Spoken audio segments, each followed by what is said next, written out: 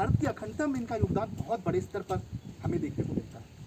1947 की आज़ादी के बाद जब रियासतों को जोड़ने का प्रश्न आया और 560 से भी ज़्यादा रियासतें हमारे सामने थी जो अपने आप को इस बात का निर्णय लेने में अक्षम पा रही थी कि किधर जाए, पाकिस्तान के साथ मिले, स्वतंत्र रहे, भारत के साथ मिले। उस स्थिति में सरदार वल्लभ भाई पटेल जी का बहुत बड़ा योगदान है कि उन्होंने उनको जोड़ने का काम किया, उन्हें समझाया और जहाँ ज़रूरत पड़ी वहाँ पर आयन की पॉलिसी को भी उन्होंने अपनाया। और इस पॉलिसी के तहत उन्होंने, आपने देखा होगा कि 3 रियासतों को छोड़कर के लगभग बाकी सभी रियासतें मान गई थी।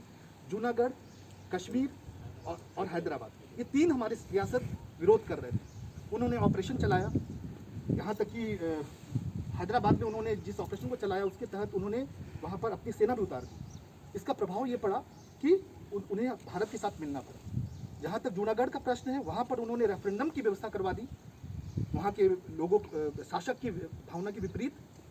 और कश्मीर की आपको मालूम ही है, जब कबीलाई हमला हो गया, उस कबीलाई हमला के बाद जब ट्रीटी ऑफ एनेक्सेशन हुआ, वहाँ पर उस ट्रीटी के तहत जब यहाँ पर वो मिले भारत के साथ, उसके बाद की परिस्थिति आप सब विदित है। वर्तमान परिदृश्य में और ज़्यादा इनकी भावना हम सबको कल्पना कीजिए हैदराबाद बीच से गायब रहता जी, या तो कोई कंट्री होता या कोई पाकिस्तान का पार्ट होता तो कितना ऑकवर्ड हमारा नक्शा होता। 1875 में इनका जन्म गुजरात के एक गांव में हुआ था और 1950 में इनका देहांत हुआ। इस बीच में इन्होंने सशक्तता के साथ अपनी बातों को रखा, यहाँ तक कि गांधी जी के मृत्यु के बाद उन्होंने उस सोच वाली सिस्टम को प्रतिबंधित भी कर दिया था।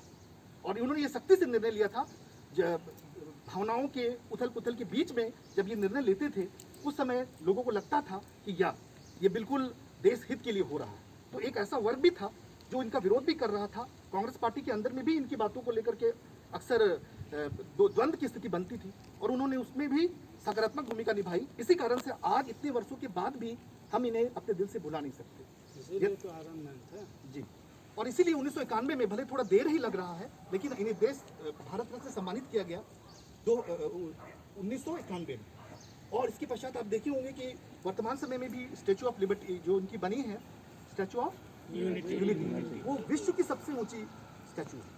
और साथ ही साथ आप देख रहे हैं कि इनको सम्मान देने के लिए भारत के अंतर्राष्ट्रीय जो विमान पतन है उनके नाम पर रखे गए हैं।